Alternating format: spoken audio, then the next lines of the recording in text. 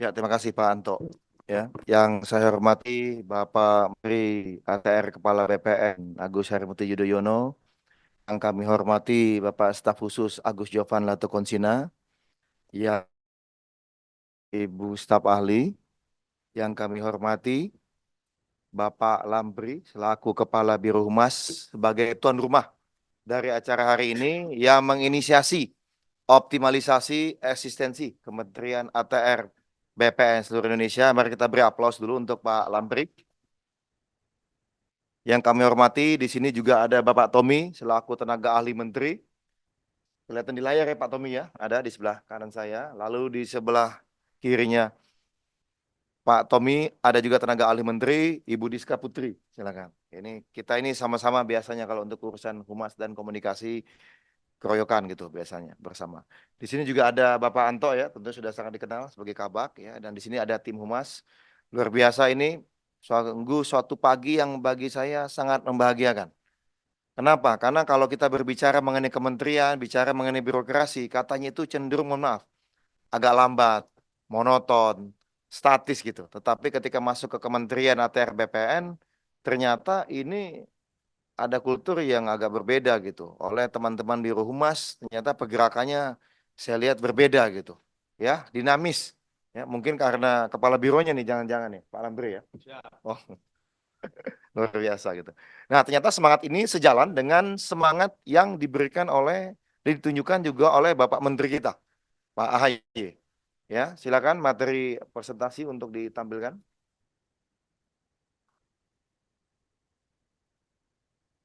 Ya, ini terima kasih untuk seluruh Kanwil, Kanta, ya, Kak Kanwil dan Kak Kanta, maupun juga para humas di seluruh Indonesia.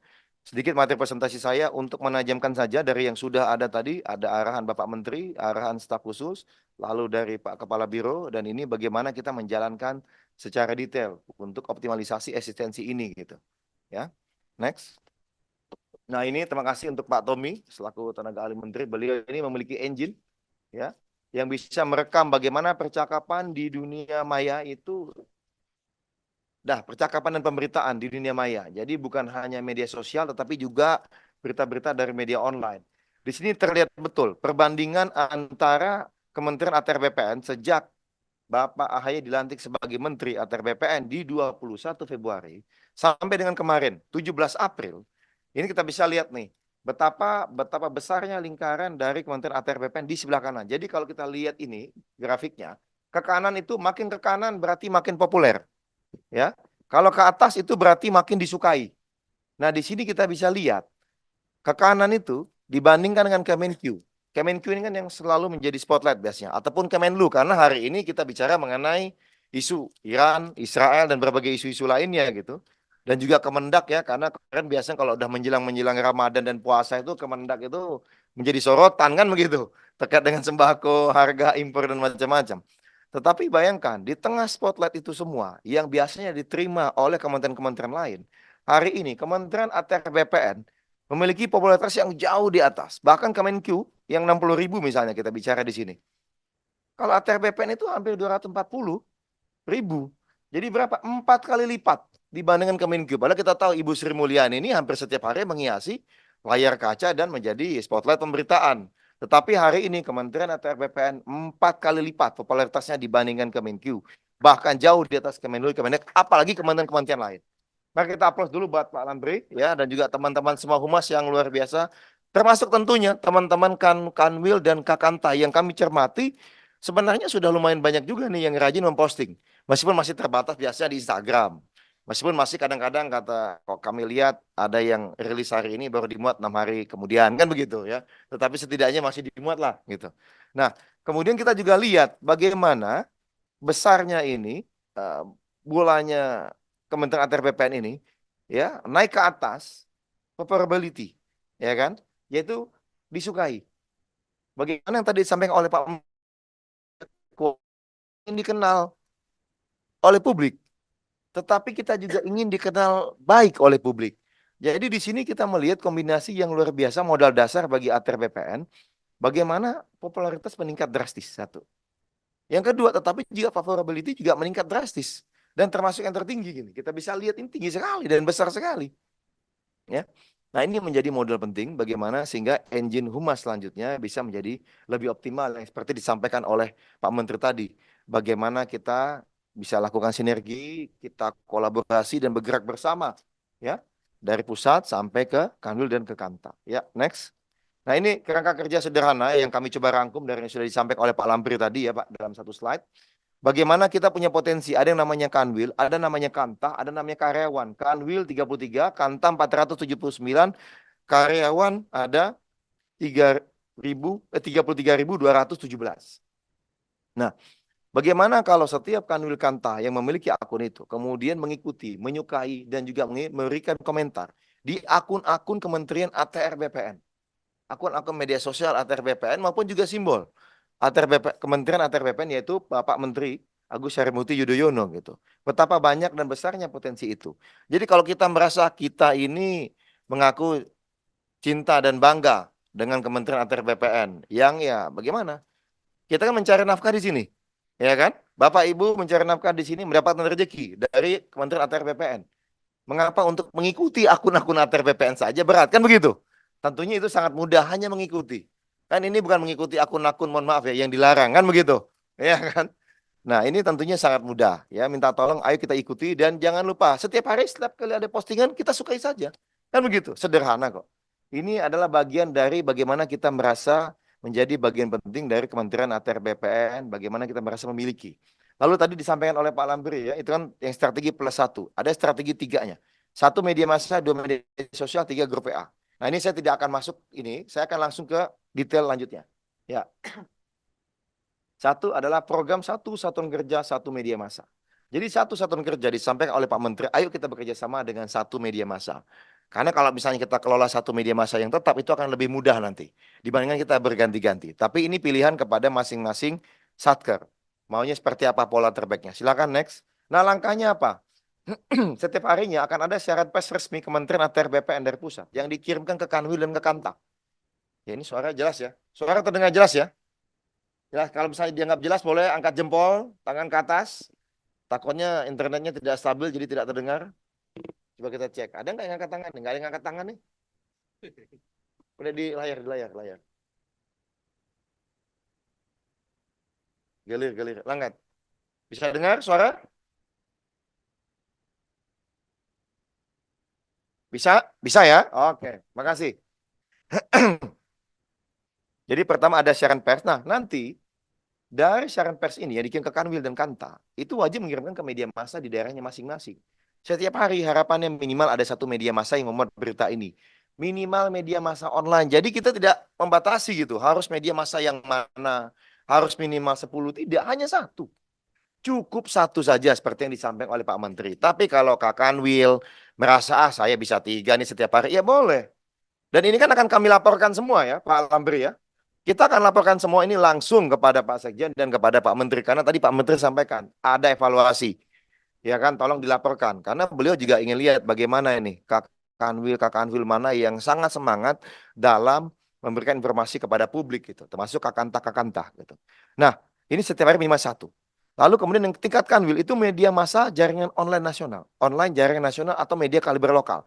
Misalnya nih detik.com nasional. Di Jatim ada namanya Detik Jatim. Ya, jadi Detik Jatim, Pak Lambri ya. Gitu, kalau di Jatim. Ya. Lalu misalnya kalau misalnya di Tribun Timur. Kan begitu. Tribun Timur ini kan di Sulawesi. Ya kan, Sulawesi Selatan. Ada Fajar. Fajar itu media lokal tapi yang kaliber lokal tapi yang besar. Meskipun hari ini juga sudah menjadi bagian dari grup nasional dia. Serambi Aceh ini grupnya Tribun. Ya, Kompas Gramedia. Ya kan? Padahal di Aceh nih, lokal. Tetapi Pak Kanul Aceh? Mana Pak Kanul Aceh? Ada Pak Kanul Aceh? Pak Mazwar? Angkat tangan Pak Mazwar. Mana nih Pak Mazwar nih? Ya, ya, itu monitor Pak Mazwar. Nah, untuk tingkat kanta, minimal media massa di tingkat lokal. Misalnya, Suara Kalbar, pacitanku.com. Wah, ini Pacitan, ada nih Pacitan. Pacitan ada ya? Pacitan itu kota lengkap itu harus. Tahun ini harus kabupaten lengkap loh. Setelah pemuatan dapat mengirimkan laporannya ke grup Stratkom Pusat. Mengapa? Karena meskipun kami sudah ada media monitoring, media massa media sosial monitoring, tetapi tetap saja kalau misalnya dikirim di grup akan lebih memudahkan juga. Karena teman humas ini akan membuat dashboardnya. Ya, membandingkan misalnya bagaimana keikutsertaan 33 Kanwil. Lalu bagaimana misalnya membandingkan dengan keikutsertaan 479 Kanta. Ini Pak Lampir tadi saya lihat udah langsung ngasih arahan dan diskusi nih dengan kabak pemberitaan nih saya lihat itu. Mengenai rencana-rencana lomba. Karena jelas Pak Menteri sudah mengarahkan. Ada lomba Pak ya, ada apresiasi. Bisa bulan, bisa sebulan sekali gitu ya. Semuanya akan kita sampaikan kepada Pak Menteri. Nah, untuk memudahkan koordinasi, tentu setiap kanwil Ganta bisa mengirimkan nama, jabatan, dan nomor kontak penanggung jawab humas di tiap satuan kerjanya atau levelnya admin. Ya, ada KU ya Pak ya, kalau di kanwil itu. Tetapi tentunya kan siapa nih yang spesifik khusus mengelola humas ini. Nah, outputnya buat program pertama, pemuatan berita tiap hari minimal di media massa daerah masing-masing satuan kerja. Next. Berarti apa? Minimal ada 15.360 berita per bulan dari media massa lokal. Ini tentu kinerja suatu kerja organik yang luar biasa. Ya kalau satu, tapi kalau ada kanwil-kanwil yang maunya, saya mau tiga, ya silakan. Ada kantah yang mau, saya lima, ya bagus. Karena ini akan menjadi jejak rekam semua Pak ya, dalam apa Pak namanya tuh? Penilaian kinerja Pak ya. Nah ini kan menjadi bagian dari itu gitu. Ya, nanti kita akan sampaikan. Nah, dan ini kan menjadi concernnya dari Bapak Menteri juga. Harapannya beliau bagaimana ini bisa bergulir dengan baik ya dan secara konsisten ke depan. Yang pertama, silakan next, yaitu satu hari satu postingan. Ya kan sederhana, kita Satker sudah punya media sosial. Kita cermati tadi tiga, ternyata Pak Menteri bilang YouTube jangan lupa. Sama Pak Lampir ditambahkan lagi TikTok karena sudah ada TikTok. Ya hari ini kita lihat anak muda banyak sekali yang menjadi pegawai di Kantah atau di Kanwil gitu ya. Ya, sehingga tentunya kalau yang megang beliau, mereka-mereka ini kan mudah sekali, hanya memposting. Satu hari satu postingan, main TikTok banyak. Lagi rapat di ini di view. Kan begitu. Di video kan sebentar 15 second, 30 second. Kan nggak apa-apa, yang penting materi rapatnya yang jangan di posting kan begitu. Kalau materi rahasia, ya. Nah, langkah-langkahnya apa? Lanjutnya, Pak. Ya. Jadi setiap hari ini ada siaran pers resmi, sama ini, ya, dari pusat yang dikirim ke Kanwil dan Kanta. Jadi bukan hanya dikirim ke media online, ke media massa, tetapi juga wajib itu diposting di media sosial resmi satuan kerjanya masing-masing. Mengapa? Karena kita ingin, dengan harapan Pak Menteri tadi, bagaimana kredibilitas sumber informasi mengenai kanwil setempat, mengenai kantas tempat, itu bukan dari buzzer, bukan dari bisik-bisik tetangga, oh di grup WhatsApp yang entah dari siapa, tetapi mereka cukup melihat ke media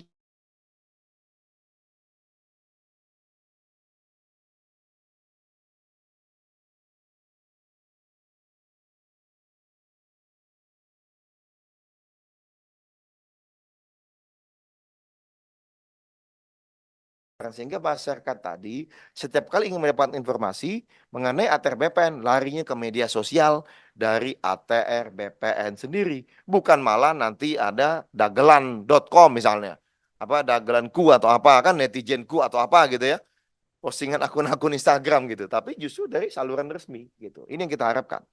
Nah, pemuatan siaran pers ini dilakukan hari yang sama ya. Kalau dikirim sebelum jam 6 sore ya, Bang Anto ya, Pak Anto ya. Kalau dikirim setelah jam 6 sore kita tahu lah. Tak apa-apa itu diposting besok harinya gitu. Ya. Nah, pemuatan ini dilakukan tiga media sosial resmi karena presentasi ini dibuat sebelum arahan Pak Menteri, jadinya tiga ini. Karena yang kami lihat baru ada Instagram, Facebook, dan Twitter.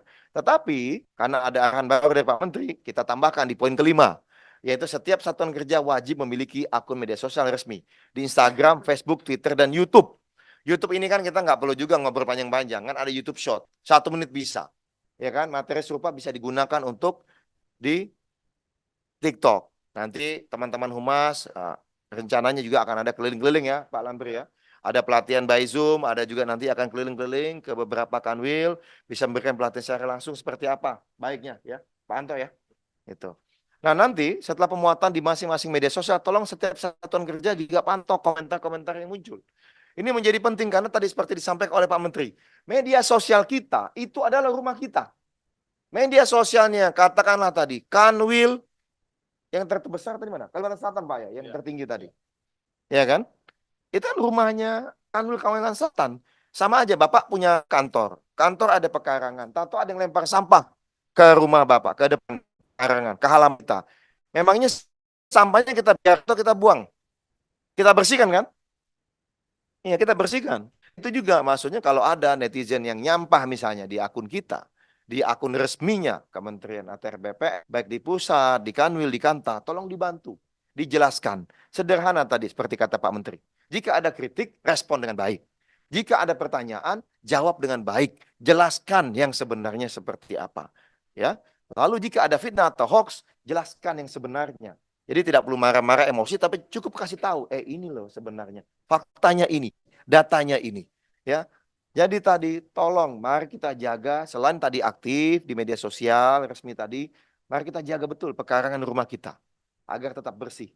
Jangan sampai ada yang suka nyampah, kita biarkan begitu saja. Ya, outputnya satu hari minimal satu postingan di tiap media sosial resmi satuan kerja. Totalnya next 15.360 postingan per bulan. Ini minimal, kenapa? Karena kan tadi, setiap hari minimal satu postingan, Pak. Dikali 30 hari, 15.360. Ya kan, 512 satuan kerja. Lah itu satu platform, IG. Lah kalau Twitter juga, dikali 2. Kalau Facebook juga, dikali 3. Dengan YouTube juga, dikali lagi. Belum lagi TikTok. Apalagi kalau view-nya bisa menjadi membengkak, kan begitu. Ya ini akan menjadi sumber informasi yang luar biasa. Sehingga tadi kita lihat tadi bolanya udah bulat betul tadi. Di monitoring di depan ya. Favorability dan juga popularity. Tapi dengan kerja keras dan teman-teman semua di masing-masing sektor ini ya. Saya mau bilang kerja keras enggak juga sebenarnya. Karena apa? Ya ini duduk dia materi udah ada kok. Duduk buka gadget, grup WhatsApp, copy paste ya. Pindahkan ke media sosial, ke Instagram. Blek, nggak nyampe 5 menit loh. Ya Pak, betul lah ya. Kita mesen teh manis pesan ya. Sambil nunggu pesan manis, teh manis ya kan. Ada yang ngerokok-ngerokok kan, silakan kan begitu. Ya, oke. Kira-kira itu sederhananya. Program ketiga, satu hari satu informasi. Next. Ya. Nah, untuk satu informasi, langkah-langkahnya. Ini nggak apa-apa, kita biarkan dulu. Biar kalau di foto bagus nih Pak, biasanya. Nah, nggak apa-apa. Screenshot gitu. Tag gitu. Coba, depan Pak. Nah, kan begitu. Di foto dulu, screenshot. Ya kan? Tag. Langkah-langkah. Kan humas kan? Langkah-langkahnya tiga, sederhana aja ini. Maksudnya apa nih satu hari santai informasi? Pak Menteri sudah menjelaskan. Next, silakan Pak. Sinyal jelek ya? Sinyal jelek. Loadingnya belum. Jadi angka mati yang bisa dari pusat. Tolong ini tadi kan sudah ada dikirimkan ke grup Stratcom atau grup Kakanwi Kakanta. Ya jangan berhenti di Kakanwi Kakanta. Pak, tapi udah kami kirim ke media massa. Oke, itu satu hal. Pak, sudah kami kirimkan buat diposting di media sosial. Situ satu hal. Tapi yang paling penting, jangan lupa di Kanwil kan ada grup masing-masing. Ya enggak? Di Kanta juga ada grup pegawainya masing-masing. Jadi tolong di-submit gitu. Tolong dikirimkan juga rilis itu di grupnya. Sehingga semua karyawan, semua pegawai di Kanwil terkait, di Kanta terkait, itu juga mengetahui informasi itu gitu loh. Oh, kegiatannya ini. Oh, kita baru saja ada terobosan ini. Kan itu menjadi penting. Dan kan sangat baik kalau tadi ada 33.000 karyawan dia yang kemudian mengirimkannya ke misalnya minimal satu grup WhatsApp yang dia miliki untuk memberikan informasi terbaru. Kan tidak ada salahnya ngirim berita dengan BPN. Next. Ya. Itu bisa minimal ada 996.510 postingan per bulannya. Ya. Betapa banyak nih informasi ini. Dan ingat, lagi-lagi seperti disampaikan oleh Pak Menteri tadi, kita ini kadang-kadang kebenaran itu apa yang disampaikan di grup WhatsApp itu kita anggap sebagai suatu kebenaran selama tidak ada yang menyanggah. Kan begitu. Apalagi kalau ada tautan media online-nya ya. Betul ya? Pak Rio ya, betul ya? Bang Rey ya? Ya kan? Betul ya? Bang Rey suka begitu katanya. Ada grup WhatsApp, wah dilihat judul. Bahkan media online-nya hanya postingan judul saja. Yang judulnya aja. Itu hanya dibaca judul. Gitu loh. Ya kan? Jadi kalau misalnya kita melakukan hal yang serupa, tentunya padahal informasi kita benar nih, informasi kita valid. Tentunya akan makin banyak yang terekspos nantinya, gitu. Oleh informasi yang kita sampaikan, ya.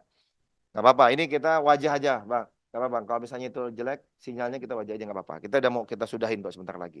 Nah, targetnya adalah yang disampaikan oleh Pak Menteri ini harapannya dalam 3 bulan ini kita semua sudah punya media sosial. Ya, setiap satker punya media sosial dan pelan-pelan semuanya akan secara rutin setiap hari bisa namanya memposting materi yang dikirimkan oleh kementerian, oleh TRBPN dari Humas, Biro Humas di pusat. Nah, minta tolong nih distribusinya. Satu tadi, satu hari, satu media massa tadi, pemberitaan media massa. Kemudian yang kedua, satu hari, ya tadi satu satker, satu media massa. Yang kedua, satu hari tolong minimal ada satu postingan di setiap akun media sosial, setiap satker. Tadi awalnya 3, ternyata Pak Menteri nambah YouTube, Pak Kabiro nambah TikTok. Karena satu paket ini biasanya ini. Kalau udah ada bisa YouTube ya TikTok mirip-mirip. Kan begitu. Ya kan? Sangat sayang kalau tidak kita optimalkan begitu. Ya. Jangan-jangan nanti ada satker-satker yang YouTube dan TikToknya followersnya banyak. Ternyata bisa dimonetasi. Kan begitu. Bisa kan? Bisa, Pak? Kalau ini bisa. Karena kan di daerah. Kalau Kementerian Pusat ya nggak bisa biasanya. Ya kan? Oh ini bisa naik apa? Nambah PNBP. Penerimaan negara bukan pajak nih, luar biasa ini. Ini luar biasa. Ini memang betul kepikiran kita ini selain bicara mengenai kepastian hukum, menjamin keadilan buat masyarakat, yang terakhir kalau bisa kesejahteraan, kan begitu. Ya. Itu aja dari saya. Terima kasih Pak Lambri atas kesempatannya. Pak Menteri, mohon maaf jika ada yang kurang pas kata-kata kami, juga kepada Pak Staf Khusus Pak Jovan, ya, Latu Konsina, ya. Juga pada Kak Kanwil dan Kak Kanta semuanya yang telah berkenan hadir. Luar biasa ya. Ini adalah milestone yang luar biasa, pencapaian luar biasa bagi Kementerian ATR BPN. Bagaimana Humas pertama kali memiliki program yang melakukan sinergi dan kolaborasi. Sekali lagi kita apresiasi kepada Pak Lambri ya dan juga teman-teman Biro Humas semua. Hanya saja tadi disampaikan oleh Pak Menteri keberhasilan ini, program ini tergantung kepada Kak Kanwil dan Kak Kanta. Tadi kita juga sudah disampaikan evaluasinya, kita akan ada dashboard pelaporan kepada Pak Menteri. Kami biasanya melaporkan setiap minggu, tidak setiap bulan. Tapi rekapan tentu kita akan kirimkan juga setiap bulannya. Ya, karena itu minta tolong banget kepada Kak Kanwil dan Kak Kanta, ayo kita optimalkan apa yang menjadi arahan dan target dari Pak Menteri ini. Kita akan terus monitor. Nanti juga akan ada roadshow ya, Pak Lambri ya, untuk membantu mengasis dari teman-teman di daerah, tetapi sebelum brosur pun kita akan sudah bisa mengerti. Kalau misalnya ada apa-apa bisa langsung telepon Pak Lampri, bisa telepon Pak Anto, telepon saya pun boleh, silakan. Yuk, kita ingin bagaimana yang menjadi target dari Bapak Menteri bisa terjalan dengan baik. Yaitu kita bukan hanya ingin dikenal oleh publik, tapi kita ingin dikenal dengan baik oleh publik. Sehingga apa? Kinerja Bapak Ibu semua di daerah yang luar biasa. Tadi bayangkan, Sabtu Minggu masuk. Berapa banyak masyarakat yang tahu bahwa teman-teman ATR BPN ini Sabtu Minggu masuk gitu, hanya untuk memberikan layanan yang lebih optimal kepada masyarakat. Nah, ini kan belum banyak yang mengetahui. Yang banyak diketahui hanya ujung-ujung Pak, tanah saya Pak, ini kan gitu. Ya kan? Timpa apa namanya? Tumpang tindih. Ah, yang gitu. Pak, ada mafia tanah, begitu laporannya. Padahal sebenarnya jauh lebih banyak yang memberikan kesan positif. Misalnya waktu kami mengikuti Pak Menteri kunjungan bersama Pak Lambri ya, ke beberapa kantah itu ternyata kok masyarakat ini cepat sekali loh responnya. Kita udah lengkapi, datang langsung.